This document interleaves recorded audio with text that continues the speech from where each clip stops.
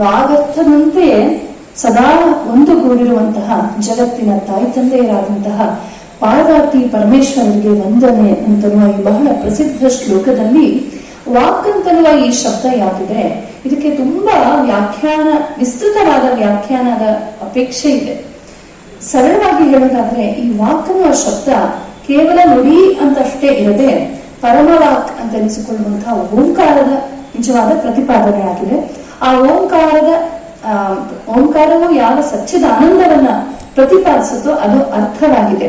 ಅಂತಹ ವಾಕ್ ಅರ್ಥಗಳು ಹೇಗೆ ಅನ್ಯೋನ್ಯವಾಗಿದೆಯೋ, ಆ ಸಚ್ಚಿದಾನಂದವೇ ಓಂಕಾರವಾಗಿದೆಯೋ, ಓಂಕಾರವೇ ಸಚ್ಚಿದಾನಂದವಾಗಿದೆಯೋ, ಅದರ ಸ್ವರೂಪವೇ ಪಾರ್ವತಿ ಪರಮೇಶ್ವರರು ಅಂತ ಹೇಳುವಾಗ ಆ ವಾಕ್ ಅಂತರುವ ಓಂಕಾರದಿಂದ ಏನೇನು ಬಂದಿದೆ ಎಲ್ಲವೂ ಬಂದಿದೆ. ಎಲ್ಲ ಬೀಜಾಕ್ಷರಗಳು, ಎಲ್ಲ ಮಂತ್ರ ನಾದಗಳು, ಎಲ್ಲ ಅಕ್ಷರಗಳು, ಎಲ್ಲ ಭಾಷೆಗಳು, ಅದರಿಂದ ತಜ್ಜನ್ಯವಾದಂತಹ ಸಾಹಿತ್ಯ ಪ್ರಕಾರಗಳು, ಸಂಗೀತ, ಸಪ್ತ ಸ್ವರಗಳು ಮತ್ತು ಲಯಾದಿ ಕಲ್ಪನೆಗಳು ಎಲ್ಲವೂ ಕೂಡ ಈ ವಾಕ್ ಅಂತನ್ನುವ ಒಂದು ಬೀಜದಿಂದ ಉದ್ಭವಿಸಿದಂತಹ ರಸಧಾರೆ ಅಂತ ನಾವು ಹೇಳ್ಬೋದು. ಅಂತಹ ಈ ವಾಕ್ ಅಂತ ಹೇಳುವಾಗ ಈ ಒಂದು ಶ್ಲೋಕವನ್ನ ನಾವು ಆಯ್ದುಕೊಂಡಿದ್ದು ಕಾರಣ ಏನು ಅಂದ್ರೆ, ಸಕಲ ವಾಂಗ್ಮಯವು ಸಂಗೀತವೂ ಸೇರಿದಂತೆ ವಾಂಗ್ಮಯವಾದ ನಾದ ಪ್ರಪಂಚ ಯಾವುದಿದೆ ಎಲ್ಲವೂ ಪಾರ್ವತಿ ಪರಮೇಶ್ವರರ ತನುವಾಗಿದೆ, ಶಾರೀರಗಳಾಗಿದೆ ಅಂತನ್ನುವ ಸೊಗಸಾದ ಕಲ್ಪನೆಯನ್ನ ಕಾಳಿದಾಸನೇ ಮಾಡಿದ್ದಾನೆ. ಹಾಗಾಗಿ ಅವನದೇ ಒಂದು ಮಂಗಳ ಶ್ಲೋಕವನ್ನ ಇಲ್ಲಿನ ಮಂಗಳಕ್ಕೆ ನಾವು ಆಯ್ದುಕೊಂಡಿದ್ದೀವಿ. ಹೀಗೆ ಒಂದೊಂದು ಸಣ್ಣ ಪದದಲ್ಲೂ, ವರ್ಣದಲ್ಲೂ, ಅಕ್ಷರದಲ್ಲೂ, ಕೆಲವೊಮ್ಮೆ ವಿಸರ್ಗದಲ್ಲೂ, ರೇಫದಲ್ಲೂ ಅಥವಾ ಅನುಸ್ವಾರದಲ್ಲೂ ಕೂಡ ಒಂದು ಎಂಫಸಿಸ್, ಒಂದು ಭಾವವನ್ನ ತುಂಬುವಂತಹ ವಿಶೇಷ ಕಲೆ ಕಾಳಿದಾಸನಿಗೆ ಒಲಿದಿದೆ. ಕಾಳಿದಾಸನನ್ನ ಅಧ್ಯಯನ ಮಾಡಿದವರಿಗೆಲ್ಲ ಅದು ಗೊತ್ತೇ ಇದೆ. ತುಂಬಾ ಸಂಕ್ಷಿಪ್ತವಾಗಿ ಅವನ ಬಗ್ಗೆ ಹೇಳ್ತೀನಿ, ತುಂಬಾ ಸಂಕ್ಷೇಪವಾಗಿ. ಯಾಕೆಂದ್ರೆ ಕಾಳಿದಾಸನ ಐತಿಹಾಸಿಕ ವಿವರಗಳು ಹೆಚ್ಚು ಸಿಕ್ಕಿದ್ರು ಹೆಚ್ಚು ಕಡಿಮೆ ಅದು ಹೈಪಾಥೆಟಿಕಲ್, ಊಹೆಯಿಂದ ನಿರ್ಮಿಸಲ್ಪಟ್ಟಿರುವಂಥದ್ದು. ಕಾಳಿದಾಸನ ಕುರಿತಾದ ಅತ್ಯಂತ ಹಳೆಯ ರೆಫರೆನ್ಸ್ ನಮಗೆ ಸಿಕ್ಕೋದು ಕನ್ನಡದ್ದೇ ಐಹೊಳೆ ಇನ್ಸ್ಕ್ರಿಪ್ಷನ್ ಅಲ್ಲಿ, ಐಹೊಳೆ ಶಾಸನದಲ್ಲಿ. ಅದು 634ರ ಶತಮಾನದ್ದು ಕಾಲದ್ದು. ಅದಕ್ಕಿಂತ ಪೂರ್ವದಲ್ಲಿ ಅಂತ ಹೇಳ್ತಾರೆ 529ನೇ ಶತಮಾನದ ಮಂಡಸೂರ್ ಅಂತನ್ನುವ ಊರಿನ ಒಂದು ಶಾಸನ. ಅಲ್ಲಿ ವಿಕ್ರಮಾದಿತ್ಯ ರಾಜನ ಆಸ್ಥಾನದಲ್ಲಿದ್ದಂತಹ ನವರತ್ನಗಳಲ್ಲಿ ಕಾಳಿದಾಸನೂ ಒಬ್ಬ ಅಂತನ್ನುವ ಒಂದು ಉಲ್ಲೇಖ ಬರುತ್ತೆ. ಮತ್ತು ಮೇಘದೂತ ಅಂತನ್ನುವ ಅವನ ಪ್ರಸಿದ್ಧ ಕಾವ್ಯದಲ್ಲಿ ಅವನು ಉಜ್ಜಯಿನಿಯ ವರ್ಣನೆಯನ್ನು ಎಷ್ಟು ಪಕ್ಷಪಾತದಿಂದ ಮಾಡ್ತಾನೆ ಅಂದ್ರೆ, ಬಹುಶಃ ಅವನು ಆ ಊರವನ್ನೇ ಆಗಿರ್ಬೇಕು, ನಮ್ಮೂರವನ್ನೇ ನಮ್ಗೆ ಸ್ಪೆಷಲ್ ತಾನೆ. ಹಾಗೆ ಅವನು ಅಷ್ಟೊಂದು ವಿಶಿಷ್ಟವಾಗಿ ಉಜ್ಜಯಿನಿಯ ವರ್ಣನೆ ಮಾಡೋದ್ರಿಂದ ಅಲ್ಲಿನ ನದಿ, ಅಲ್ಲಿನ ಒಂದು ಪರಿಸರ, ಅಲ್ಲಿನ ಜನರು, ಜನಜೀವನ ಮತ್ತು ಮಹಾಕಾಲನ ಬಗ್ಗೆ ಅಷ್ಟು ವಿಶಿಷ್ಟವಾಗಿ ಹೇಳೋದ್ರಿಂದ ಪ್ರಾಯ ಅವನು ಉಜ್ಜಯಿನಿಯವನಿರ್ಬೋದು. ಜೊತೆಗೆ ಉಜ್ಜಯಿನಿ ಎಂದಿನಿಂದಲೂ ಕೂಡ ಒಂದು ಸಂಸ್ಕೃತ ಜ್ಞಾನದ ವಿದ್ಯಾಪೀಠದ ಸ್ಥಾನವಾಗಿರೋದ್ರಿಂದ ಬಹುಶಃ ಅವನು ಉಜ್ಜಯಿನಿಯವನು ಅಂತ ಇಷ್ಟು ಅಂದಾಜಿಸಲಾಗಿದೆ. ಇದಕ್ಕಿಂತ ಆಚೆ ಇರುವ ಎಲ್ಲ ವಿವರಗಳು ಹೆಚ್ಚು ಊಹಾಪೋಹಗಳು ಅಥವಾ ಪ್ರತೀತಿಗಳು. ಅದು ಸತ್ಯ ಇರಬಹುದು, ಇಲ್ಲದಿರಬಹುದು. ಇಷ್ಟು ಮಾತ್ರ ಎಲ್ಲರೂ ಬಹುಮತದಿಂದ ಅಂಗೀಕರಿಸುವಂತ ವಿಚಾರ. ಈಗ ಕಾಳಿದಾಸ ಕೇವಲ ಕವಿ ಅಲ್ಲ. ನಾವು ಈ ಟಿವಿಗಳಲ್ಲಿ, ಸಿನಿಮಾಗಳಲ್ಲಿ, ನಾಟಕಗಳಲ್ಲಿ ಅವನನ್ನ ಬರೀ ಒಂದು ರೊಮ್ಯಾಂಟಿಕ್ ಪೊಯೆಟ್ ಅನ್ನೋ ತರ ತೋರಿಸಿ ಅವನ ನಿಜ ಮಹಿಮೆಯನ್ನ, ನಿಜ ವ್ಯಾಪ್ತಿ ವೈಶಾಲ್ಯಗಳನ್ನ ಎಲ್ಲೋ ಕಳ್ಕೊಂಡ್ಬಿಟ್ಟಿದೀವಿ.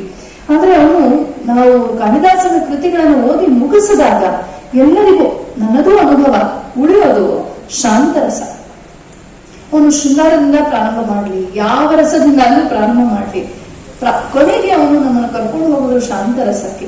ಅಲ್ಲಿ ಧರ್ಮದ ಮೀಮಾಂಸೆ, ಅಲ್ಲಿ ಒಂದು ಶಾಂತಿ, ಜೀವನವನ್ನ ವಿತ್ ಆಲ್ ಇಟ್ಸ್ ಪ್ರಾಬ್ಲಮ್ಸ್, ಸುಖ ದುಃಖ ಅದೆಲ್ಲ ಏರುಪೇರುಗಳೊಂದಿಗೆ ಯಥಾವತ್ತಾಗಿ ಅಂಗೀಕರಿಸುವಂತಹ ಆ ವೇದಾಂತ ಸೂಚ್ಯವಾದ ಭಾವ ಏನಿದೆ ಅದು ಕಾಳಿದಾಸನಲ್ಲಿ ನಮ್ಗೆ ಎದ್ದು ಕಾಣುತ್ತೆ. ಹಾಗಾಗಿ ಅವನು ಬರೀ ಕವಿ ಆಗಿರದೆ ಒಬ್ಬ ಜ್ಞಾನಿ ದಾರ್ಶನಿಕನಾಗಿ ನಮಗೆ ಕಾಣ ಬರ್ತಾನೆ. ಜೀವನದ ಎಲ್ಲಾ ಆಯಾಮಗಳನ್ನೂ ತರ್ತಾನೆ, ಅದರಲ್ಲಿ ಸಂಗೀತ ನೃತ್ಯಗಳನ್ನೂ ತರ್ತಾನೆ. ಹಾಗಾಗಿ ಅವನು ಹೇಗೆ ಅದನ್ನು ಹೇಳಿದ್ದಾನೆ ಅಂತಂದ್ರೆ, ಕಷ್ಟಪಟ್ಟು ಕೂತ್ಕೊಂಡು ಇದು ತರಬೇಕು ಅದು ತರಬೇಕು ಅಂತ ಚಿಟ್ಟು ಪಟ್ಟು ಮಾಡಿ, ಫೇರ್ ಕಾಪಿ ಮಾಡಿ, ರಫ್ ಕಾಪಿ ಮಾಡಿ ಈ ತರ ಬರೆದಂತ ಕವಿ ಅಲ್ಲ. ಅವನ ಸಿದ್ಧಿ ಹೇಗೆ ಅಂದ್ರೆ, ಅವನಿಗೆ ಕೂತ್ರೆ ಅವನೊಳಗಿನ ಸರಸ್ವತಿ ಹಾಗೆ ಎಲ್ಲ ಒಂಥರ ಹೋಲಿಸ್ಟಿಕ್ ಸಮಗ್ರವಾದಂತಹ ದೃಷ್ಟಿಯಿಂದ ಜೀವನವನ್ನ ಕಂಡು ಅದು ಅವನ ಬಾಯಲ್ಲಿ ಕಾವ್ಯವಾಗಿ ಬಂತು ಅಂತ ನಮ್ಗೆ ಗೊತ್ತಾಗತ್ತೆ. ಇದಕ್ಕೆ ಬಹಳ ಪ್ರಸಿದ್ಧವಾದ ಮಾತಿದೆ, ಪುರಾ ಕವೀನಾಂ ಗಣನಾ ಪ್ರಸಂಗೆ ಕನಿಷ್ಠಿಕಾನುಷ್ಠಿತ ಕಾಳಿದಾಸ ಅಂತ ಒಬ್ಬ ಹೇಳ್ತಾನೆ. ಹಿಂದೆ ಕವಿಗಳಲ್ಲಿ ಬೆಸ್ಟ್ ಪೊಯೆಟ್ ಯಾರು ಅಂತ ಗಣನಾ ಶುರು ಮಾಡದಂತೆ. ಮೊದಲು ಒಂದು ಅಂತ ಕನಿಷ್ಠಿಕ ಬೆರಳನ್ನು ಇಟ್ಕೊಂಡಂತೆ. ಆಮೇಲೆ ಅದ್ಯಾಪಿ ತತ್ತುಲ್ಯ ಕವೇರ ಭಾವಾತ್, ಇಲ್ಲಿವರೆಗೂ ನೆಕ್ಸ್ಟ್ ಯಾರು ಅಂತ ಒಂದು ಕವಿಯ ಹೆಸರು ಸಿಕ್ಕಿಲ್ವಂತೆ, ಅಂದ್ರೆ ಅವನ ಮಟ್ಟದವರು. ಹಾಗಾಗಿ ಅನಾಮಿಕ ಸಾರ್ಥವತಿ ಭಗುವ, ಇದಕ್ಕೆ ಅನಾಮಿಕ ಅಂತ ಹೆಸರು, ರಿಂಗ್ ಫಿಂಗರ್ಗೆ. ಇದಕ್ಕೆ ಅನಾಮಿಕ ಅಂತ ಹೆಸರು ಬಂದ್ಬಿಡ್ತು ಅಂತ, ಅಂದ್ರೆ ಹೆಸರೇ ಇಲ್ಲ ಇನ್ನೊಂದು ಅಂತ. ಹಾಗೆ ಒಬ್ಬ ಕವಿ ಕಲ್ಪಿಸ್ತಾನೆ. ಇದು ಅತಿಶಯದಂತೆ ಕಂಡ್ರು ಬಹು ಮಟ್ಟಿಗೆ ನಿಜ. ಇಂತಹ ಕಾಳಿದಾಸನ ಕೃತಿಗಳಲ್ಲಿ ಅಲ್ಲಲ್ಲಿ ಸಂಗೀತದ ಉಲ್ಲೇಖಗಳು, ಸಂಗೀತದ ಪ್ರಸಂಗಗಳು, ಸಂಗೀತದ ಧ್ವನಿ, ಸಂಗೀತದ ಸೂಚನೆ ಮತ್ತು ಸಂಗೀತ ಪ್ರಸಂಗವಲ್ಲದ ಸಂದರ್ಭದಲ್ಲೂ ಕೂಡ ಅದ್ಯಾವುದೋ ಭಾವ, ಅದ್ಯಾವುದೋ ವಿಭವ, ಅದ್ಯಾವುದೋ ಒಂದು ಘಟನೆಯನ್ನು ಅವನು ಸೂಚಿಸೋದಕ್ಕೂ ಕೂಡ ರಾಗ ತಾಳ ವಾದ್ಯಗಳನ್ನೇ ಬಳಸುವಂತಹ ಚಾಕಚಕ್ಯತೆಯನ್ನು ನೋಡ್ತೀವಿ. ಇದನ್ನೆಲ್ಲ ನೋಡಿದಾಗ ಕಾಳಿದಾಸನಿಗೆ ಸಂಗೀತದಲ್ಲಿ ತುಂಬಾ ಪ್ರೀತಿ ಇತ್ತು ಅಂತ ಅಷ್ಟೇ ಅಲ್ಲ, ಅವನು ಬಳಸುವ ಟೆಕ್ನಿಕಲ್ ಟರ್ಮಿನಾಲಜಿ ಮುಂದೆ ನಾನು ಹೇಳ್ತೀನಿ, ಅದು ಎಷ್ಟು ಸೊಗಸಾಗಿದೆ ಅಂದ್ರೆ ಆ ಕಾಲದಲ್ಲಿ ಅವನು ಆ ಕಾಲದ ಗೀತ ಪ್ರಕಾರಗಳೇನು, ವಾದ್ಯ ಪ್ರಕಾರಗಳೇನು, ತಾಳ ಪ್ರಕಾರಗಳೇನು, ರಾಗ ಪ್ರಕಾರಗಳೇನು, ಒಂದು ಸಂಗೀತದಲ್ಲಿ ನೃತ್ಯದಲ್ಲಿ ಏನೆಲ್ಲ ಇರಬೇಕು, ಏನಿರಬಾರ್ದು, ಏನಿದ್ರೆ ಅದು ಸುಷ್ಟು, ಇದಿಷ್ಟರ ಮೀಮಾಂಸೆಯನ್ನು ತುಂಬಾ ಚೆನ್ನಾಗಿ ಮಾಡಿದಂತಹ ಸಂಗೀತದ ಪಂಡಿತನೇ ಆಗಿದ್ದ ಅನ್ನೋದ್ರಲ್ಲಿ ಯಾವ ಸಂಶಯವೂ ಉಳಿಯೋದಿಲ್ಲ. ಅಂತಹ ಆ ಕಾಳಿದಾಸನ ಕುರಿತಾಗಿ ಈಗ ನಾವು ನೋಡುವ ಪ್ರಯತ್ನ ಮಾಡ್ತಾ ಇದ್ವಿ. ಒಂದು ಸಮುದ್ರವನ್ನ ನೋಡಿದ್ವಿ ಅಂದ್ರೆ ಏನರ್ಥ, ಒಂದು ದರದಲ್ಲಿ ನಿಂತ್ಕೊಂಡು, ಒಂದ್ ಕಡೆ ನಿಂತ್ಕೊಂಡು, ನಾವು ಎಷ್ಟು ತಗೊಳ್ತೀವಪ್ಪ, 1.5 ಅಡಿ ಜಾಗ ತಗೊಳ್ತೀವೇನೋ, ನಿಂತ್ಕೊಂಡು ಸಮುದ್ರವನ್ನು ಹಿಂಗ್ ನೋಡ್ತೀವಿ, 2 ಸೆಲ್ಫಿ ತಗೊಂಡ್ ಬರ್ತೀವಿ. ಇಷ್ಟನ್ನ ನಾವು ಸಮುದ್ರವನ್ನ ಕಂಡಿದ್ದೀವಿ ಅಂತ ಅನ್ಕೊಳ್ತೀವಿ. ಆದ್ರೆ ಕಾಳಿದಾಸನ ಕೃತಿಯು ಹಾಗೆ. ಇದರಲ್ಲಿರುವ ಸ್ವಾರಸ್ಯಗಳ ಸಾಗರ ಎಂತದ್ದು ಅಂದ್ರೆ, ಒಂದ್ ಕಡೆ ನಿಂತ್ಕೊಂಡು ಹಿಂಗ್ ಸ್ವಲ್ಪ ನೋಡ್ಬಿಟ್ಟು ಏನೋ ಒಂದು ಸಿಕ್ತು ಅಂತ ಅನ್ಕೊಳ್ಳೋ ಅಷ್ಟೇ ಕೆಲಸವನ್ನ ನಾವು ಮಾಡ್ತಿದೀವಿ. ನಮ್ಮ ಇತಿಮಿತಿಯನ್ನ ತಿಳ್ಕೊಂಡೆ ನಾವು ಇದರೊಳಗೆ ಪ್ರವೇಶ ಮಾಡ್ತಾ ಇದ್ದೀವಿ. ಮತ್ತು ಒಂದು ವಿಚಾರ ಪ್ರಾರಂಭದಲ್ಲಿ, ಇಲ್ಲಿ ಸಂಗೀತ ಅಂತ ಹೇಳುವಾಗ ಈ ಕಾಲದಲ್ಲಿ ನಾವು ಬರೀ ಗೀತವಾದ್ಯಗಳನ್ನಷ್ಟೇ ಭಾವಿಸ್ತೀವಿ. ಆದ್ರೆ ಗೀತಂ ವಾದ್ಯಂ ತದಾ ನೃತ್ಯಂ ತ್ರಯಂ ಸಂಗೀತ ಮುಚ್ಯತೆ ಅಂತ ಅಂದ್ರೆ ಬಹಳ ಪ್ರಸಿದ್ಧವಾದ ಪದ್ಧತಿ. ಭಾರತದ ನಾಟ್ಯಶಾಸ್ತ್ರದಲ್ಲೂ ಬಹುಶಃ ತತ್ಪೂರ್ವದಲ್ಲೂ ತದನಂತರವೂ ಹೆಚ್ಚು ಕಡಿಮೆ 1 ಶತಮಾನದ ಹಿಂದಿನವರೆಗೂ ಕೂಡ ಸಂಗೀತ ಅಂದ್ರೆ ಈ 3 ಕೂಡ ಆಗಿತ್ತು. ಎಲ್ಲೋ ಒಂದು ನೃತ್ಯ ನಿಧಾನವಾಗಿ ಅದು ಬೇರೊಂದು ಪ್ರಕಾರವಾಗಿ ಬೈಫರ್ಕೇಟ್ ಆಯ್ತು ಅಷ್ಟೇ ಹೊರತು, ನಾವು ಕಾಳಿದಾಸನ ಕಾಲಕ್ಕೆ ಹೋದ್ರೆ ಅವನು ಸಂಗೀತ ಅಂತ ಹೇಳುವಾಗ ಈ 3 ಮನಸ್ಸಲ್ಲಿ ಇಟ್ಕೊಂಡೇ ಹೇಳ್ತಾನೆ. ಅಲ್ಲಲ್ಲಿ ಬಿಡಿಯಾಗಿ ಗೀತವಾದ್ಯಗಳ ಪ್ರಸಂಗ ಬರುತ್ತೆ. ಹಾಗಾಗಿ ಒಟ್ಟೊಟ್ಟಿಗೆ ನೃತ್ಯವೂ ನಾಟಕವೂ ಬಂದಾಗ ಇದೇನಪ್ಪ ಸಂಗೀತದ ವಿಚಾರ ಹೇಳಕ್ ಹೋಗಿ ನಾಟಕದ ವಿಚಾರ ಹೇಳಿದ್ರು ಅಂತ ತಿಳ್ಕೊಳ್ಬೇಡಿ, ಅದೆರಡು ಇದ್ದೇ ಇರುತ್ತೆ. ಸ್ವತಃ ನಾಟ್ಯಾಚಾರ್ಯ ಭರತನೇ ಎಷ್ಟು ಮುಖ್ಯ ಸಂಗೀತ ನಾಟ್ಯಕ್ಕೆ ನೃತ್ಯಕ್ಕೆ ಅಂತ ಹೇಳ್ತಾನೆ. ಗೀತೇಪಿ ವಾದ್ಯೇಪಿ ಚ ಸಂಪ್ರಯುಕ್ತೆ ನಾಟ್ಯ ಪ್ರಯೋಗೆ ನ ವಿಪತ್ತಿ ಮೇತಿ. ವಿಪತ್ತಿ ಉಂಟಾಗೋದಿಲ್ಲ ನಾಟ್ಯಕ್ಕೆ ಯಾವಾಗ ಅಂದ್ರೆ ಬ್ಯಾಕ್ ಗ್ರೌಂಡ್ ಮ್ಯೂಸಿಕ್ ಇದ್ದಾಗ ಅಂತ. ನಿಜ ತಾನೆ? ಸಂಗೀತವಿಲ್ಲದಂತಹ ನೃತ್ಯ ನಾಟಕಗಳೆಷ್ಟು ಸಪ್ಪೆ ಆಗ್ಬಿಡುತ್ತೆ. ಹಾಗಾಗಿ ಗೀತವು ಇದಕ್ಕೆ ನಾಟ್ಯಕ್ಕೆ ಬೇಸ್ ಫೌಂಡೇಶನ್ ಅಂತ ಹೇಳ್ತಾನೆ ಭರತ. ಹೇಳುವ ಎಲ್ಲಾ ಸಂಗೀತದ ಒಂದು ಟೆಕ್ನಿಕ್ಯಾಲಿಟೀಸ್ ಏನಿದೆ ಅದನ್ನ ಯಥಾವತ್ತಾಗಿ ತನ್ನ ನಾಟಕಗಳಲ್ಲಿ ಅಳವಡಿಸಿದಂಥವನು ಕಾಳಿದಾಸ. ಅತ್ಯಂತ ಪ್ರಸಿದ್ಧರಾದಂತಹ ಪ್ರೊಫೆಸರ್ ವಿ ರಾಘವನ್ ಅವರು ಒಂದು ತುಂಬಾ ದೊಡ್ಡ ಶಿಷ್ಯನು ಚೆನ್ನೈಯಲ್ಲಿದ್ರು. ಅವರು ಹೇಳ್ತಾರೆ, ಕಾಳಿದಾಸ ಬರೆದ ಪ್ರತಿಯೊಂದು ನಾಟಕವು it is for the stage ಅಂತ. ಅವನು ಬರೆದದ್ದೇ ಹೇಗೆ ಮಂಡನೆ ಮಾಡೋದಕ್ಕೆ ಏನೇನ್ ಬೇಕು ಅಂತ ಆಲೋಚಿಸಿಯೇ ಬರ್ತಿದ್ದಾನೆ ಅಂತ ಹೇಳಿ ಅದನ್ನು ಅವ್ರು ನಿರೂಪಿಸಿ ತೋರಿಸಿದ್ದಾರೆ. ಸಂಸ್ಕೃತ ರಂಗ ಅಂತ ಒಂದು ವೇದಿಕೆ ಮಾಡಿಕೊಂಡು ಕಾಳಿದಾಸನ ಕೃತಿಗಳನ್ನು, ಇತರ ಸಂಸ್ಕೃತ ಕೃತಿಗಳನ್ನು, ತಮ್ಮದೇ ಕೃತಿಗಳನ್ನು ಗೀತವಾದ್ಯ ಸಮೇತವಾಗಿ ತತ್ಕಾಲೀನ ಪ್ರಸಿದ್ಧ ಗಾಯಕಿಯರೊಂದಿಗೆ ವಾದಕರೊಂದಿಗೆ ಮಂಡಿಸಿ ಸಫಲವಾಗಿ ಮಾಡಿ ತೋರಿಸಿದ್ದಾರೆ. ಬಹುಶಃ ಈ ಕಾಲದಲ್ಲಾಗಿದ್ರೆ ಎಲ್ಲ ಯೂಟ್ಯೂಬ್ ಅಲ್ಲಿ ಸಿಗ್ತಾ ಇತ್ತೇನೋ. ಆ ಕಾಲವಾದ್ರಿಂದ ಒಂದು ಕೆಲವಾರು ದಶಕಗಳ ಹಿಂದೆ ಆ ಅನುಕೂಲವಿರಲಿಲ್ಲ. ಒಟ್ಟಿನಲ್ಲಿ ಕಾಳಿದಾಸನ ಕೃತಿಗಳಲ್ಲಿ ಸಂಗೀತಕ್ಕೆ ತುಂಬಾ ಆಸ್ಪದವಿದೆ. ಮತ್ತು ಸಂಗೀತದ ಬಗ್ಗೆ ಬರೀ ಇದೊಂದು ಕಲೆ, ಇದೊಂದು ಮನೋರಂಜನೆ ಅಂತ ಇವತ್ತು ವಾಟ್ ಈಸ್ ಯುವರ್ ಹಾಬಿ ಅಂದ್ರೆ ಮೈ ಹಾಬಿ ಇಸ್ ಮ್ಯೂಸಿಕ್ ಅಂತ ಹೇಳ್ತಾರಲ್ಲ, ಹಾಬಿ ಅಂತ ಕಾಣುವಂಥದ್ದಲ್ಲ. ಇದು ಚತುಷ್ಷಷ್ಟಿ ವಿದ್ಯೆಗಳಲ್ಲಿ ಒಂದು ವಿದ್ಯೆ. ನಮ್ಮಲ್ಲಿ ಹಾಬಿ ಅಂತ ಹೇಳುವ ತುಂಬಾ ಯಂಗ್ಸ್ಟರ್ಸ್ ಇದ್ದೀರಿ, ದಯವಿಟ್ಟು ಹಾಬಿ ಅಂತ ಕರಿಬೇಡಿ, ನನ್ನ ವಿದ್ಯೆ ಅಂತ ಹೇಳಿ. ಇದೊಂದು ಗಂಭೀರವಾದ ಅದ್ಭುತವಾದ ಸರಸ್ವತಿಯ ಒಂದು ಧಾರೆ. ಹಾಗಾಗಿ ಕಾಳಿದಾಸ ಈ ವಿದ್ಯೆಯನ್ನ ಎಷ್ಟು ಗೌರವಿಸಿದ ಅಂತಂದ್ರೆ, ಮಾಲವಿಕಾಗ್ನಿಮಿತ್ರ ನಾಟಕದಲ್ಲಿ ಪ್ರಾರಂಭದಲ್ಲೇ ಹೇಳ್ತಾನೆ, ದೇವಾನಾಮಿದಮಾನಂತಿ ಮುನಯಃ ಕ್ರಾಂತಂ ಕ್ರತುಂ ಚಾಕ್ಷುಷವಾದ ಕ್ರತು ಅಂದ್ರೆ ಯಜ್ಞ ಅಂತ. ಇದು ಕಣ್ಣಿಗೆ ಕಾಣುವಂತಹ ಒಂದು ದೃಶ್ಯ ಮಾಧ್ಯಮದ ಯಜ್ಞ ಅಂತ ಕರೀತಾನೆ. ಭಗವಂತನನ್ನ ಸಂತೋಷ ಪಡಿಸೋದಕ್ಕೆ ನವವಿಧ ಭಕ್ತಿಯನ್ನ ಹೇಳುವ ಭಾಗವತವು ಕೀರ್ತನವನ್ನು ಅಲ್ಲಿ ಸೇರಿಸ್ಕೊಡುತ್ತೆ, ಪಾದ ಸೇವನವನ್ನು ಸೇರಿಸ್ಕೊಡುತ್ತೆ. ಅರ್ಚನೆ ಒಂದೇ ಅಲ್ಲ, ಕೀರ್ತನವೂ ಪೂಜೆಯೇ. ಹಾಗೆ ದೇವತೆಗಳಿಗೆ ಸಂತೋಷ ಪಡಿಸುವಂತಹ ಚಾಕ್ಷುಷ ಯಜ್ಞ ಅಂತ ಇದನ್ನ ಕರೆದು ಹೇಳ್ತಾನೆ. ಎಲ್ಲ ಅಭಿರುಚಿಯ ಜನರನ್ನ ಸೂತ್ರದಲ್ಲಿ ಮಣಿಗಳನ್ನು ಪೋಣಿಸಬಲ್ಲ ಶಕ್ತಿ ನಾಟ್ಯಕ್ಕೆ ಅಥವಾ ಸಂಗೀತಕ್ಕಿದೆ. ನಾಟ್ಯಂ ಭಿನ್ನ ರುಚಿಯ ಜನಸ್ಯ ಬಹುಧಾಪ್ಯೇಕಂ ಸಮಾರಾಧನಂ ಅಂತನ್ನುವ ಇಂಥ ಮಾತುಗಳನ್ನ ಅಲ್ಲಲ್ಲಿ ಹೇಳ್ತಾನೆ ಇರ್ತಾನೆ. ಅವನು ಎಷ್ಟು ಸಂಗೀತಮಯವಾಗಿದ್ದ ಕಾಳಿದಾಸ ಅನ್ನೋದು ನಾನು ಈ ಅಧ್ಯಯನ ಕೇಳಿದಾಗ ಇನ್ನಷ್ಟು ಗೊತ್ತಾಯ್ತು ನನಗೆ. ಮೇಲ್ಮೇಲ್ ನೋಡಿದ್ದೆ, ಈಗ ಹುಡುಕುತ್ತಾ ಹೋದ್ರೆ ನಾನು ನೆನ್ನೆ ರಾತ್ರಿ ನೋಡ್ತಾನೆ ಇದ್ದೀನಿ, ಒಂದೊಂದೊಂದೊಂದೊಂದು ಹೇಳಿ ಕೊನೆಗೆ ಸಾಕಪ್ಪ ಅಂತ ನಿಲ್ಲಿಸಬೇಕಾಗಿ ಬಂತು. ಅಷ್ಟೊಂದು ಸಮೃದ್ಧವಾಗಿ ಗೀತನೃತ್ಯಗಳ ವಾದ್ಯಗಳ ಉಲ್ಲೇಖವನ್ನ ಪ್ರಸಂಗಗಳನ್ನ ಕಾಳಿದಾಸ ಹೇಳ್ತಾ ಹೋಗ್ತಾನೆ. ಆಮೇಲೆ ಇನ್ನೊಂದೇನು ನಾವು ನೋಡ್ತೀವಿ ಅಂದ್ರೆ, ಸಾಮಾನ್ಯವಾಗಿ ಕಾಳಿದಾಸನ ಕೃತಿಗಳಲ್ಲಿ ಪ್ರಣಯ ತುಂಬಾ ಚೆನ್ನಾಗಿದೆ, ರೊಮ್ಯಾನ್ಸ್. ಆ ಪ್ರೇಮ ಮೀಮಾಂಸೆಯಲ್ಲಿ ಸಾಮಾನ್ಯ ಜನರು ಒಂದು ಭೌತಿಕ ಲೆವೆಲ್, ದೈಹಿಕ ಮಟ್ಟದ ಆಕರ್ಷಣೆಯನ್ನ ಜಾಸ್ತಿ ಮೆರೆಸ್ಬಿಡ್ತಾರೆ. ಜನ ನೋಡ್ತಾರೆ, TRP ಜಾಸ್ತಿ ಆಗುತ್ತೆ ಅನ್ನೋ ಭ್ರಾಂತಿ. ಆದ್ರೆ ಕಾಳಿದಾಸ ಹಾಗಲ್ಲ. ಅವನು ಮಾಡುವ ವರ್ಣನೆಯ ಜೊತೆಗೆ ಅವನು ಗೀತ ನೃತ್ಯಗಳ ಒಂದು ಸಂದರ್ಭವನ್ನ ಕ್ರಿಯೇಟ್ ಮಾಡ್ತಾನೆ. ವಸಂತ ಕಾಲ ಇರ್ಬೋದು, ನಿಸರ್ಗದ ವರ್ಣನೆ ಇರ್ಬೋದು, ಇದು ಬಹಳ ಸುಸಂಸ್ಕೃತವಾದ ಅದೇ ಒಂದು ಆಕರ್ಷಣೆಯನ್ನು ಸುಸಂಸ್ಕೃತವಾಗಿ ಮಂಡಿಸುವುದರಲ್ಲಿ ಅವನು ತುಂಬಾ ಪರಿಣತನಾಗಿದ್ದಾನೆ.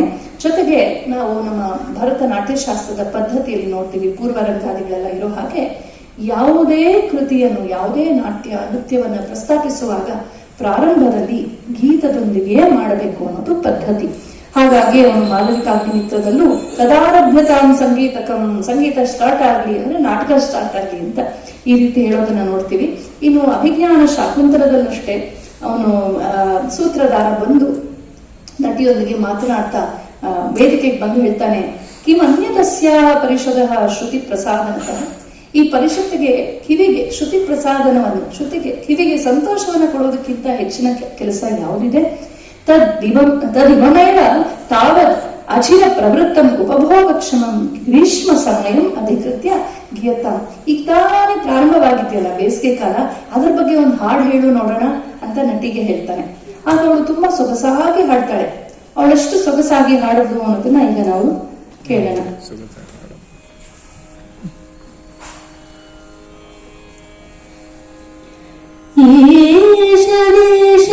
ಚುಂಬಿತಾನಿ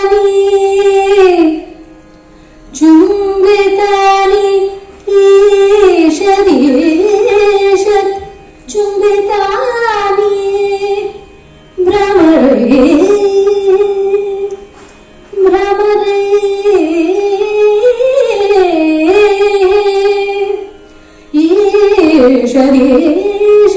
ಚುಂಬಿತಾನಿ ಭ್ರಮರೇ ಸುಕುಮಾರ ಕೇಸರ ಶಿಖಾನಿ ಸುಕುಮಾರ ಕೇಸರ ಶಿಖಾನಿ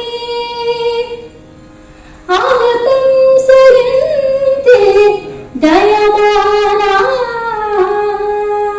ಪ್ರಮದ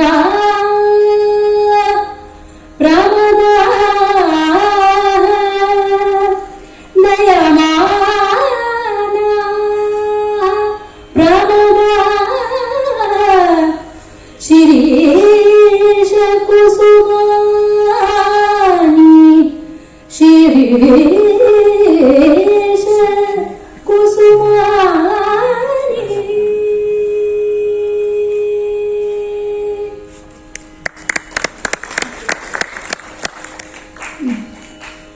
ದುಂಬಿಗಳು ನಸುನಸುವಾಗಿ ಚುಂಬಿಸುವಂತಹ ಸುಕುಮಾರ ಕೋಮಲ ಕೇಸರಗಳನ್ನುಳ್ಳ ಶಿರೀಷ ಕುಸುಮಗಳನ್ನು ಪ್ರಮದೆಯರು, ಸ್ತ್ರೀಯರು ದಯಮಾನರಾಗಿ ಬಹಳ ಹುಷಾರಾಗಿ, ಅಯ್ಯೋ ಪಾಪ ಏನಾಗ್ಬಿಡುತ್ತೋ ಅಂತ ಆ ನಾಜೂಕಾದ ಪುಟಾಣಿ ತುಂಬಾ ಸುಂದರವಾದ ಒಂದು ಡೆಲಿಕೇಟ್ ಆಗಿರುವಂತಹ ಹೂಗಳನ್ನ ಆಯ್ದುಕೊಳ್ಳುವಂತಹ ಸಮಯವಿದು ಅಂತ ಗ್ರೀಷ್ಮ ಕಾಲದ ಆ ಶಿರೀಷ ಕುಸುಮಗಳ ಕಾಲ ಅದು ಅಂತ ವರ್ಣಿಸ್ತಾ ಹಾಡ್ತಾಳೆ ಆಕೆ. ಆಗ ಸೂತ್ರಧಾರ ಆಕೆಯ ಹಾಡನ್ನ ಕೇಳಿ ಹೇಳ್ತಾನೆ, ಆರ್ಯೇ ಸಾಧು ಗೀತ, ತುಂಬಾ ಚೆನ್ನಾಗಿ ಹಾಡ್ತೀಯಮ್ಮ. ಅಹೋ ರಾಗಬದ್ಧ ಚಿತ್ತವೃತ್ತಿ ರಾಲಿಖಿತ ಇವ ಸರ್ವತೋರಂಗ. ಈ ರಂಗದಲ್ಲಿ ಎಲ್ಲ ಕಡೆ ಒಳ್ಳೆ ನಿನ್ನ ರಾಗಬದ್ಧ ಚಿತ್ತ, ನಿನ್ನ ರಾಗಕ್ಕೆ ಬದ್ಧ ಚಿತ್ತರಾದಂಥವ್ರು ಹಾಗೆಯೇ ಚಿತ್ರದಲ್ಲಿ ಪೇಂಟಿಂಗ್ ಬದ್ದ ಹಾಗೆ ಸ್ಥಿರವಾಗಿ ಕುತ್ಕೊಂಡ್ಬಿಟ್ಟಿದ್ದಾರೆ ನೋಡು ಅಂತ ಹೇಳ್ಬಿಟ್ಟು, ಅಂದ ಹಾಗೆ ನಾವು ಏನು ನಾಟಕವನ್ನ ಈಗ ಮಂಡಿಸ್ಬೇಕು ಹೇಳು ಅಂತ ಕೇಳ್ತಾನೆ ನಟಿಯನ್ನ. ಆಗ ಅವಳು ಹೇಳ್ತಾಳೆ, ಈಗ ತಾನೇ ನೀನ್ ಹೇಳಿದ್ಯಲ್ಲಪ್ಪ ಕಾಳಿದಾಸನ ಅಭಿಜ್ಞಾನ ಶಾಕುಂತಲವನ್ನು ಹೇಳ್ಬೇಕು ಅಂತ, ಆಗ್ಲೇ ಮರ್ತು ಬಿಟ್ಯಾ ಅಂತ. ಆಗ ಆತ ಹೇಳ್ತಾನೆ ಸೂತ್ರಧಾರ, ತವಾಸ್ಮಿ ಗೀತರಾಗೇಣ ಹಾಲಿನ ಪ್ರಸಭಂ ಕೃತ. ಅಯ್ಯೋ ನೀನ್ ಎಷ್ಟು ಚೆನ್ನಾಗಿ ಹಾಡ್ರೆ ಅಂತಂದ್ರೆ, ನಿನ್ ಹಾಡು ಕೇಳ್ತಾ ನಾನು ಮೈಮರ್ತೇ ಬಿಟ್ಟೆ. ಹೇಗೆ ಮೈಮರತೆ ಅಂತಂದ್ರೆ, ಏಷ ರಾಜೇವ ದುಷ್ಯಂತ ಸಾರಂಗೇಣಾತಿರಂಹಸ. ಆ ದುಷ್ಯಂತ ಮಹಾರಾಜ ಜಿಂಕೆ ಹಿಂದೆ ಹಾಗೇ ಹೊಟ್ಟೋದ್ನಲ್ಲ, ಹಾಗೆ ನಾನು ನಿನ್ನ ಹಾಡು ಹಿಂದೆ ಹಂಗೇ ಹೊಟ್ಟೋದೆ ಅಂತ ಹೇಳ್ತಾ ಅಲ್ಲಿಂದ ನಿರ್ಗಮಿಸ್ತಾನೆ. ಹಾಗೆ ದುಷ್ಯಂತ ಜಿಂಕೆ ಹಿಂದೆ ಹೋಗುವಂತ ಸೀನಿಂದ ಅಭಿಜ್ಞಾನ ಶಾಕುಂತಲ ಪ್ರಾರಂಭವಾಗುತ್ತೆ.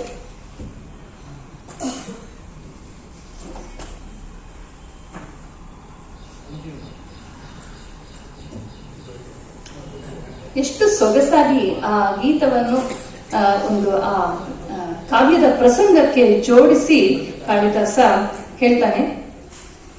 ನಾವು ಕೂಡ ಹಾಗೆ ಮೈಮರೆತಿದ್ದೀವಿ ಅಂಜನಾ ಅವರ ಹಾಡಿಗೆ. ಕಾಳಿದಾಸನ ಕೃತಿಗಳಲ್ಲಿ ಸಂಗೀತ ಪ್ರಸಂಗವೇ ಪ್ರಮುಖವಾಗಿ ಬರುವಂತದ್ದು ಅವನ ನಾಟಕ, ಮೊದಲ ನಾಟಕ ಅಂತ ಹೇಳುವ ಮಾಲವಿಕಾಗ್ನಿಮಿತ್ರಂ ನಾಟಕದಲ್ಲಿ. ಇದು ಅವನ ಮೊದಲ ನಾಟಕ ಅಂತ ಹೇಳೋದಕ್ಕೆ ಗೊತ್ತಾಗತ್ತೆ.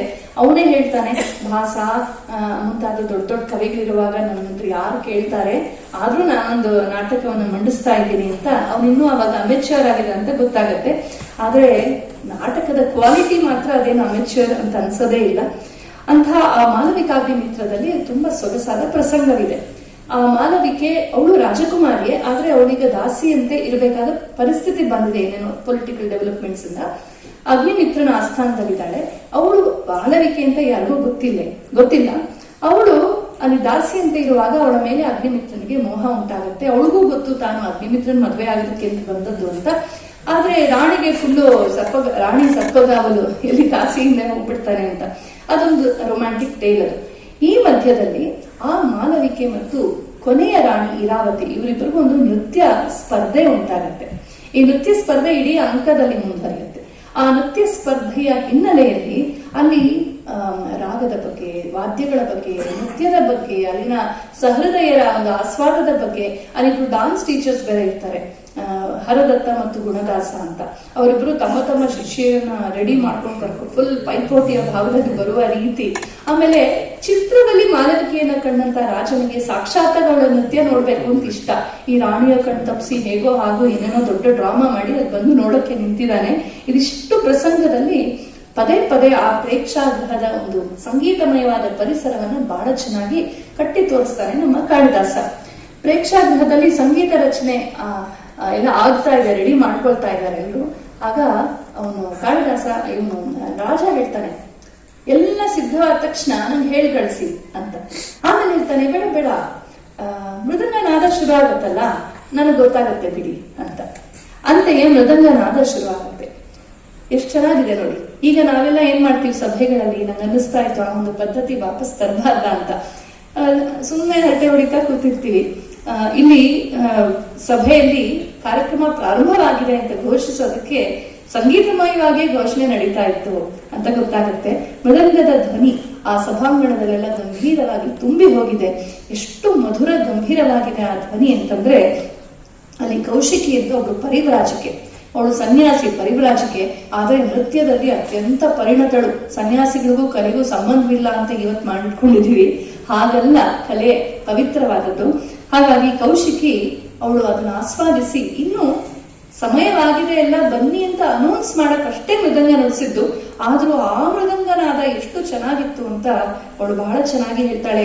ಜೀಮೂತ ಸ್ತನಿತ ವಿಶಂಕಿಭಿರ್ ಮಯೂರೈ ಉದ್ಗ್ರೀವೈ ಅನುರಸಿತಸ್ಯ ಪುಷ್ಕರಸ್ಯ ನಿರ್ಹ್ರಾದಿನಿ ಉಪಹಿತ ಮಧ್ಯಮ ಸ್ವರೋದ್ಧ ಮಾಯೂರಿ ಮರಯತಿ ಮಾರ್ಜನ ಮನಾಂಸಿ.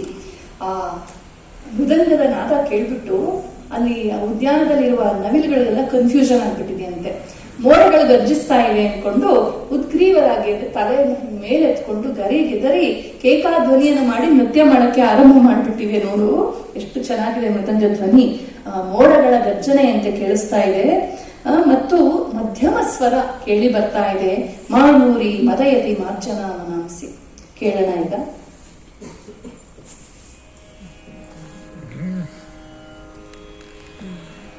जीमूतस्तनितविशङ्किभिः मयूरैः जीमूतस्तनितविशङ्किभिः मयूरैः उद्ग्रीवैः मयूरैः उद्ग्रीवैः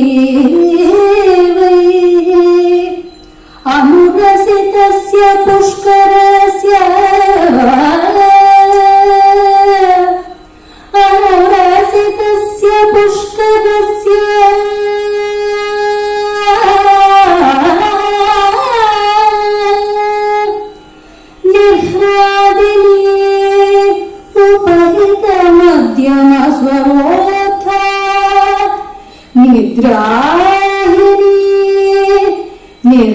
निह्रादिनी उपहित मध्यम स्वरोत्था उपहित मध्यम स्वरोत्था मायूरी मदयति मार्जनमनांसि मायूरी मदयति मार्जनमनांसि मायूरी मदयति मार्जनमनांसि मायूरी मदयति मार्जनमनांसि.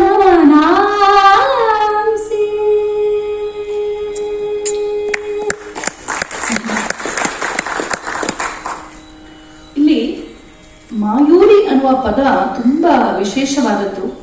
ಈ ಹಾಡು ಮಧ್ಯಮ ಸ್ವರದಲ್ಲಿ ರಚಿಸಲ್ಪಟ್ಟ ಈ ಮೃದಂಗ ನಾದವು ಮಧ್ಯಮ ಸ್ವರದಲ್ಲಿದೆ ಅಂತ ಹೇಳುವಾಗ ಆ ಇಡೀ ಸಾಲಿನಲ್ಲಿ ಮಕಾರದ ಅನುಪ್ರಾಸವನ್ನು ತರ್ತಾನೆ ನಮ್ಮ ಕಾಳಿದಾಸ. ಗಮನಿಸಿ, ಉಪಹಿತ ಮಧ್ಯಮ ಸ್ವರೋತ್ಥ ಮಾಯೂರಿ ಮದಯತಿ ಮಾರ್ಜನ ಮನಾಂಸಿ, ಹೀಗೆ ಅನುಪ್ರಾಸವನ್ನ ಸೇರಿಸ್ತಾನೆ. ಜೊತೆಗೆ ಈ ಮಾಯೂರಿ ಅನ್ನೋ ಪದ ತುಂಬಾ ವಿಶೇಷವಾದದ್ದು. ಮಯೂರಸ್ಯ ಪ್ರಿಯ ಅಂತ ಅಂದ್ರೆ ಮಯೂರಗಳಿಗೆ ಪ್ರಿಯ ಅನ್ನೋದು ಸಾಮಾನ್ಯ ಅರ್ಥವಾದ್ರೆ, ಮಾಯೂರಿ ಅನ್ನೋದು ಒಂದು ಟೆಕ್ನಿಕಲ್ ಟರ್ಮಿನಾಲಜಿ ಆಗಿದೆ. ಇದು ಭರತನ ನಾಟ್ಯಶಾಸ್ತ್ರದಲ್ಲಿ ಉಕ್ತವಾದಂತಹ ಮಾಯೂರಿ, ಅರ್ಧಮಾಯೂರಿ, ಕರ್ಮಾರಾಗಿ ಅಂತನ್ನುವ 3 ಬಗೆಯ ವಾದನ ವೈಖರಿಗಳನ್ನ ಈ ಮಾಯೂರಿ ಸೂಚಿಸ್ತಾ ಇದೆ. ಜೊತೆಗೆ ಮೃದಂಗವನ್ನ ಶ್ರುತಿಗೂಡಿಸುವಾಗ ಛಾಪು ಹಾಕ್ತಾರಲ್ಲ, ಅದಕ್ಕೂ ಕೂಡ ಮಾಯೂರಿ ಅಂತ ಹೆಸರು. ಹಾಗೆ ಮಾಯೂರಿ ಮದಯತಿ ಮಾರ್ಜನ ಮನಾಂಸಿ ಅಂತನ್ನುವ ಈ ಒಂದು ಫ್ರೇಸ್ ಏನಿದೆ, ಇದರಲ್ಲಿ ಒಂದು ವಿಶೇಷವಾದ ಜತಿಯನ್ನ ಸೇರಿಸಿದ್ದಾನೆ ಕಾಳಿದಾಸ ಅಂತ ಒಬ್ರು ವಿದ್ವಾಂಸರು ಗುರುತಿಸಿದ್ದಾರೆ. ಆ ವಿದ್ವಾಂಸರು ಯಾರು ಅಂತ ಆಮೇಲೆ ಹೇಳ್ತೀನಿ. ಮಾಯೂರಿ ಮದಯತಿ ಮಾರ್ಜನ ಮನಾಂಸಿ ಅಂತ ಹೇಳುವಾಗ ಈಗ ನಮ್ಮ ಅಂಜನಾ ಹಾಡಿದ ಹಾಗೆ ತಾ ಧಿಂತ ತಗ ಧಿಮಿ ಧಿಂತ ಧಿಂತ ಧಿಂತ ಅಂತ ಒಂದು ಜತೆಗೆ ಅದನ್ನ ಕೂಡಿಸಿ ಹೇಳಿದ್ದಾನೆ. ಇಲ್ಲಿ ಕವಿ ನಿಬದ್ಧ ಪ್ರೌಢೋಕ್ತಿ ಅಂತ ನಮ್ಮದೊಂದಿದೆ. ಅಂದ್ರೆ ಕವಿ ನೇರವಾಗಿ ಏನಾದ್ರು ಹೇಳಿದ್ರೆ, ನೇರವಾಗಿ ನೆರೆಟ್ ಮಾಡಿದ್ರೆ ಕವಿ ಪ್ರೌಢೋಕ್ತಿ. ಒಂದು ಪಾತ್ರದ ಮೂಲಕ ಹೇಳಿಸೋದು. ಹೇಗೆ ವೇದವ್ಯಾಸನು ಕೃಷ್ಣನ ಬಾಯಲ್ಲಿ ಭಗವದ್ಗೀತೆ ಹೇಳಿಸೋದ್ನಲ್ಲ, ಹಾಗೆ ಕೌಶಿಕಿಯ ಬಾಯಲ್ಲಿ ಹೇಳಿಸ್ತಾನೆ ಇಲ್ಲಿ ಕಾಳಿದಾಸ. ಹಾಗಾಗಿ ಇದು ಕವಿ ನಿಬದ್ಧ ಪ್ರೌಢೋಕ್ತಿ. ಇಲ್ಲಿ ಕೌಶಿಕಿಯ ಬಾಯಲ್ಲಿ ಅವನು ಈ ಮಾಯೂರಿ ಮದಯತಿ ಮಾರ್ಜನ ಮನಾಂಸಿ ಅಂತ ಹೇಳುವಾಗ ಆ ಒಂದು ತಾಳದ ಜತೆಯನ್ನ ಸೇರಿಸಿಕೊಂಡು ಹೇಳ್ತಾನೆ. ಹೀಗೆ ಅನುಕ್ತ ಸ್ವಾರಸ್ಯಗಳು, ಹೇಳದೇ ಇರುವಂತಹ ಸ್ವಾರಸ್ಯಗಳು ತುಂಬಾ ಇರುತ್ತವೆ ಸಂಗೀತದಲ್ಲಿ. ಅವುಗಳನ್ನು ಗುರುತಿಸಬೇಕಾದ್ರೆ ಒಂದು ಸಂಸ್ಕೃತ ಕಾವ್ಯದಲ್ಲಿ ಪರಿಣತಿ ಇರಬೇಕು, ಎರಡನೇದಾಗಿ ಸಂಗೀತ ಚೆನ್ನಾಗಿ ಗೊತ್ತಿರ್ಬೇಕು, ಮೂರನೇದಾಗಿ ಜತಿಗಳು ಗೊತ್ತಿರ್ಬೇಕು. ಹಾಡುಗಾರರು ಎಲ್ರಿಗೂ ಮೃದಂಗದ ಜತಿಗಳು ಗೊತ್ತಿರೋದಿಲ್ಲ. ಎಲ್ಲವೂ 3 ಚೆನ್ನಾಗಿ ಗೊತ್ತಿರೋರು ಅಂಥವ್ರು, ತುಂಬಾ ಸಹೃದಯತೆಯಲ್ಲಿ ಬಹಳ ಆಳವಾಗಿ ಮುಳುಗಿದಂಥವ್ರು ಮಾತ್ರವೇ, ಒಳ್ಳೆ ವಿದ್ವಾಂಸರು ಮಾತ್ರವೇ ಇಂಥ ಒಂದು ರಿಸರ್ಚ್ ಮಾಡಕ್ ಸಾಧ್ಯ. ಇವತ್ತು ರಿಸರ್ಚ್ ಅಂದ್ರೆ 3 ಪುಸ್ತಕ ಓದಿ 4ನೇ ಪುಸ್ತಕ ಬರೆಯೋ ತರ ಆಗ್ಬಿಟ್ಟಿದೆ. ಆದ್ರೆ ಆ ಇರುವ ಒಂದು ಕಟ್ಟು ಹೇಗಿದೆ, ಆ ಒಂದು ಪದ್ಯದ ಕಟ್ಟು ಹೇಗಿದೆ, ವೃತ್ತ ಛಂದಸ್ ಅಂತ ಏನ್ ಹೇಳ್ತೀವಿ, ಅದಕ್ಕೆ ಇಷ್ಟು ಚೆನ್ನಾಗಿ ಜತಿಯನ್ನ ಗೂಡಿಸಿ, ಅದು ಮೃದಂಗ ಸಂಬಂಧಿ ಆದದ್ದು, ಹಾಗಾಗಿ ಜತಿಯನ್ನು ಗೂಡಿಸಿ ಹೇಳಿರುವಂತದ್ದು ಬಹಳ ಸೊಗಸಾಗಿದೆ. ಅದನ್ನು ಈ ರೀತಿ ಶೋಧಿಸಿ ನಮ್ಮ ಗಮನಕ್ಕೆ ತಂದಂತವರು ನನ್ನ ಪೂಜ್ಯ ಗುರುಗಳಾದಂತಹ ಡಾಕ್ಟರ್ ಟಿ ಎಸ್ ಸತ್ಯವತಿಯವರು. ಅವರು ಈ ಸಭೆಗೆ ಇನ್ನೇನು ಬರ್ಬೋದು ಗೊತ್ತಿಲ್ಲ. ಅಂತೂ ಇದು ಮೊಟ್ಟ ಮೊದಲ ಅವ್ರ ಬಾಯಿಂದ ಇದು ಕೇಳಿದಾಗ ನನಗಾದಂತಹ ಆನಂದ ಅಷ್ಟಿಷ್ಟಲ್ಲ. ನನ್ನ ಜೊತೆ ನನ್ನ ಇನ್ನೊಬ್ಬರು ಗುರುಗಳು ಶತಾಬ್ದಾನಿ ಡಾಕ್ಟರ್ ಆರ್ ಗಣೇಶ್ ಕೂಡ ಇದ್ರು. ಅವತ್ತು ಎಷ್ಟು ಆಸ್ವಾದಿಸಿದ್ವಿ ಅಂದ್ರೆ ಈ ಭಾಗ. ಅದಕ್ಕೆ ಒಂದು ಏಕಂ ಶಾಸ್ತ್ರ ಮದೀಯಾನು ನಗಚೇತ್ ಶಾಸ್ತ್ರ ನಿರ್ಣಯಂ ಅಂತ ಒಂದು ಮಾತಿದೆ. ಒಂದೇ ಶಾಸ್ತ್ರವನ್ನು ಓದ್ದವನು ಆ ಶಾಸ್ತ್ರವನ್ನು ಸರಿಯಾಗಿ ತಿಳ್ಕೊಳ್ಳಲ್ಲ ಅಂತ. ಮಲ್ಟಿ ಡಿಸಿಪ್ಲಿನರಿ ಅಂತ ಏನ್ ಹೇಳ್ತೀವಿ, ಒಂದಕ್ಕೊಂದು ಪೂರಕವಾಗಿ ತುಂಬಾ ಇರುತ್ತೆ. ಹಾಗಾಗಿ ಮೃದಂಗ ಲಯವಾದ್ಯವನ್ನು,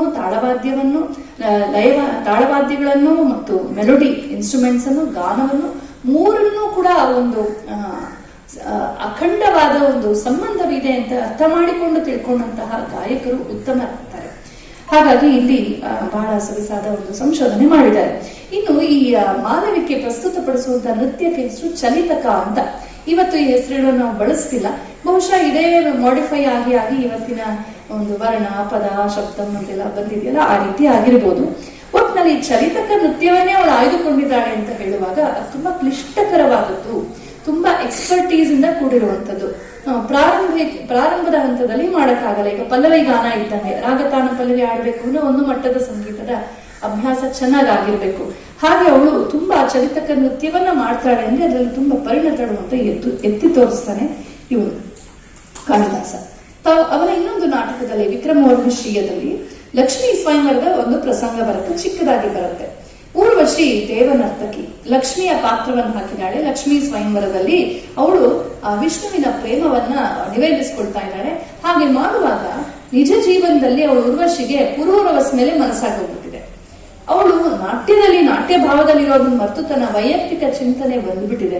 ಹಾಗಾಗಿ ಹೇ ಪುರುಷೋತ್ತಮ ಅಂತ ಹೇಳಕ್ ಹೋಗ್ಬಿಟ್ಟು ಹೇ ಪುರೂರವ ಅಂತ ಹೇಳ್ತಾರೆ. ಆಗ ಕೋಪ ಬಂದ್ಬಿಡುತ್ತೆ, ಅವಳಿಗೆ ಶಾಪ ಹಾಕ್ತಾರೆ. ಪವಿತ್ರವಾದ ನೃತ್ಯ ರಂಗದ ಮೇಲೆ ನೀನು ವೈಯಕ್ತಿಕತೆಯನ್ನು ತಂದೆ ಅಂತ ಹೋಗು, ಭೂಮಿಗೆ ಹೋಗು ಅಂತ ಶಾಪ ಕೊಡ್ತಾರೆ. ಆಗ ಅವಳು ಭೂಮಿಗೆ ಬರ್ಬೇಕಾಗಿ ಬರುತ್ತೆ, ಪುರೂರವರ ಜೊತೆ ಸಂಸಾರವನ್ನು ಮಾಡ್ಬೇಕಾಗಿ ಬರುತ್ತೆ ಅಂತ ಹೀಗೆ ಪ್ರಸಂಗ. ಎಷ್ಟು ಚೆನ್ನಾಗಿ ಊರ್ವಶಿ ಶಾಪಗ್ರಸ್ತಳಾಗಿ ಭೂಮಿಗೆ ಬಂದು ಅನ್ನೋದನ್ನ ಲಕ್ಷ್ಮೀ ಸ್ವಯಂವರದ ಒಂದು ಕಲ್ಪನೆಯನ್ನ ತಂದು, ಅದು ಬರೋದು ಭರತನ ನಾಟ್ಯಶಾಸ್ತ್ರದಲ್ಲಿ, ಅದನ್ನ ಇಲ್ಲಿಗೆ ತಂದು ಎಷ್ಟು ಚೆನ್ನಾಗಿ ಮಾಡಿ ಕಾಳಿದಾಸ ಹೇಳಿದ್ದಾನೆ. ಇದೇ ಅವನ ಕಲ್ಪನಾ ವಿಲಾಸದ ವೈಶಿಷ್ಟ್ಯ. ಇನ್ನು ಋತು ಸಂಹಾರ ಅಂತಿರುವ ಖಂಡ ಕಾವ್ಯದಲ್ಲಿ ಅವನು ಬೇರೆ ಬೇರೆ ಋತುಗಳ ವರ್ಣನೆ ಮಾಡ್ತಾ ಸ್ತ್ರೀ ಪುರುಷರು ಹೇಗೆ ಏನು ಕಲಾಪಗಳನ್ನು ಮಾಡ್ತಾರೆ, ಏನು ವೇಷಭೂಷ ಹಾಕೊಳ್ತಾರೆ ಇತ್ಯಾದಿಗಳನ್ನ ಹೇಳ್ತಾರೆ. ಹೇಳುವಾಗ ಅವನು ಹೇಳ್ತಾನೆ, ಹುಣ್ಣಿಮೆಯ ರಾತ್ರಿಗಳಲ್ಲಿ ವೀಣಾ ವಾದನದ ಮಾಧುರ್ಯವನ್ನು ಆಸ್ವಾದಿಸ್ತಾರೆ ಅಂತ ಅವನು ಹೇಳ್ತಾನೆ. ನಮ್ಮ ಹುಣ್ಣಿಮೆಗಳ ರಾತ್ರಿಗಳಲ್ಲಿ ನಾವು ಈ ತರ ಧಾರ್ಮಿಕ, ಸಾಂಸ್ಕೃತಿಕ, ಕಲೆ, ಸಾಹಿತ್ಯಾದಿ ಕಲಾಪಗಳನ್ನು ಮಾಡೋದು ಭಾರತೀಯ ಸಂಸ್ಕೃತಿಯ, ಅದರಲ್ಲೂ ಸನಾತನ ಸಂಸ್ಕೃತಿಯ ಬಹಳ ಅನಾದಿಯ ಪದ್ಧತಿ ಅಂತ ನಮ್ಗೆ ಗೊತ್ತೇ ಇದೆ. ಈಗ ನಾವು 11-12 ಗಂಟೆವರೆಗೂ ಲೈಟ್ ಹಾಕೊಂಡು ಕೂತಿರ್ತೀವಿ, ನಮ್ಗೆ ಹುಣ್ಣಿಮೆ ಏನು ಅಂತ ಗೊತ್ತಿಲ್ಲ. ಸ್ವಲ್ಪ ದಿನ ಎಲ್ಲಾರು ಬಿಟ್ಟು ಬೆಂಗಳೂರು ಆಚೆ ಹೋಗಿ ಕಾಡಲ್ಲಿದ್ದು ಹುಣ್ಣಿಮೆ ನೋಡ್ಬೇಕಾದ ಪ್ರಸಂಗ ಬಂದಿದೆ. ಹುಣ್ಣಿಮೆಯನ್ನ ತುಂಬಾ ಆಸ್ವಾದಿಸ್ತಾ ಇದ್ರು. ಹುಣ್ಣಿಮೆಗೆ ಧಾರ್ಮಿಕ ವೈಶಿಷ್ಟ್ಯವಷ್ಟೇ ಅಲ್ಲ, ಕಲಾತ್ಮಕ ವೈಶಿಷ್ಟ್ಯಗಳು ಜೊತೆಗೆ ಹುಣ್ಣಿಮೆಯ ದಿನ ಸ್ತ್ರೀಯರಲ್ಲಿ ಷೋಡಶ ಕಲೆಗಳು ಕೂಡ ವ್ಯಕ್ತವಾಗುತ್ತವೆ ಅವರ ದೇಹ ಮನಸ್ಸುಗಳಲ್ಲಿ ಅಂತ ಹೇಳ್ತಾರೆ. ಹಾಗಾಗಿ ಸುಮಂಗಲಿ ಪೂಜೆ ಮಾಡೋದು ಧಾರ್ಮಿಕ ವಿಧಾನವಾದರೆ ಆ ಸ್ತ್ರೀ ಕಲಾವಿದೆಯರು ವಿಶೇಷವಾಗಿ ತಮ್ಮ ಕಲೆಯನ್ನ ಮಂಡಿಸುವುದಕ್ಕೂ ಹುಣ್ಣಿಮೆಗಳನ್ನ ಬಳಸ್ತಾರೆ. ಇದೆಲ್ಲ ದೊಡ್ಡ ಪರಂಪರೆ ಇದೆ. ಇರಲಿ, ಮುಂದೆ ನಾವು ನೋಡ್ತೀವಿ ಕುಮಾರ ಸಂಭವಂ ಅಂತನ್ನುವ ತನ್ನ ಮಹಾಕಾವ್ಯದಲ್ಲಿ ಇಲ್ಲಿ ಪಾರ್ವತಿಯ ಚಿತ್ರಣವನ್ನು ನೋಡ್ಬೇಕು ನಾವು. ಭಾರತೀಯ ಸ್ತ್ರೀಯ ಸಕಲ ಸನ್ಮಂಗಲ ಲಲಿತ ಗುಣ ವಿಶೇಷಗಳನ್ನ ಪಾರ್ವತಿಯಲ್ಲಿ ತೋರಿಸ್ಬಿಡ್ತಾರೆ. ಎ ಕಂಪ್ಲೀಟ್ ವುಮನ್, ಒಂದು ಆದರ್ಶ ಸ್ತ್ರೀ ಅಂದ್ರೆ ಯಾರು ಅಂದ್ರೆ ಸುಮ್ಮನೆ ಕಾಳಿದಾಸನ ಕುಮಾರ ಸಂಭವದ ಪಾರ್ವತಿಯನ್ನ ನೋಡಿದ್ರಾಯ್ತು. ಎಂತಹ ಸ್ತ್ರೀಗೂ ಕೂಡ ಇರಬೇಕು ಅಂತ ಆಸೆ ಆಗುವಂತಹ ಒಂದು ಡಿಗ್ನಿಟಿ ಅಂಡ್ ಬ್ಯೂಟಿ, ಸೌಂದರ್ಯ, ಸರಸತೆ ಅನ್ನೋದು ಸಭ್ಯ ಸುಂದರವಾದ ಚೌಕಟ್ಟಿನಲ್ಲಿ ಅರಳಬೇಕು. ಒಂಥರ ಬೀದಿಯಲ್ಲಿ ಬೆಳೆಯೋ ಕಾಂಗ್ರೆಸ್ ಗಿಡದ ತರ, ಪಾರ್ಥೇನಿಯಂ ತರ ಬೆಳಿಬಾರ್ದು, ತುಳಸಿ ಗಿಡದ ತರ ಬೃಂದಾವನದಲ್ಲಿ ಬೆಳಿಬೇಕು ಅನ್ನೋದು ನಮ್ಮ ಭಾರತೀಯ ದರ್ಶನ. ಅದನ್ನು ನಾವು ಪಾರ್ವತಿಯಲ್ಲಿ ನೋಡ್ತೀವಿ. ಒಂದು ಮುಗ್ಧ ತರುಣಿ, ಟೀನೇಜರು, ಅವಳು ಅರಳಿ ಯೋಗೇಶ್ವರಿಯಾಗಿ ಶಿವನ ಮಡದಿಯಾಗುವಂತಹ ಒಂದು ದಟ್ಟ ಎವಲ್ಯೂಷನ್ ಏನಿದೆ, ವಿಕಾಸ ಏನಿದೆ, ವ್ಯಕ್ತಿತ್ವದ ವಿಕಾಸ ಅನನ್ಯ ಸುಂದರವಾಗಿರುವಂಥದ್ದು. ಈ ಪಾರ್ವತಿ ಹಿಮವತ್ ಪುತ್ರಿಯಾಗಿ ಹುಟ್ಟಿದಾಳೆ. ಅವಳು ವಿದ್ಯೆಯಲ್ಲಿ, ಗುಣದಲ್ಲಿ, ರೂಪದಲ್ಲಿ, ಶೀಲದಲ್ಲಿ ಮತ್ತು ಪ್ರತಿಭೆಯಲ್ಲಿ, ನಡೆನುಡಿಯಲ್ಲಿ ಎಲ್ಲದರಲ್ಲೂ ಚೆನ್ನ. ಜೊತೆಗೆ ಅವಳು ಹಾಗೆ ಅರಳ್ತಾ ಅರಳ್ತಾ ಷೋಡಶಿಯಾದಾಗ ಅವಳ ದೇಹ ಮನಸ್ಸುಗಳು ಅರಳಿ ನಿಂತಿವೆ.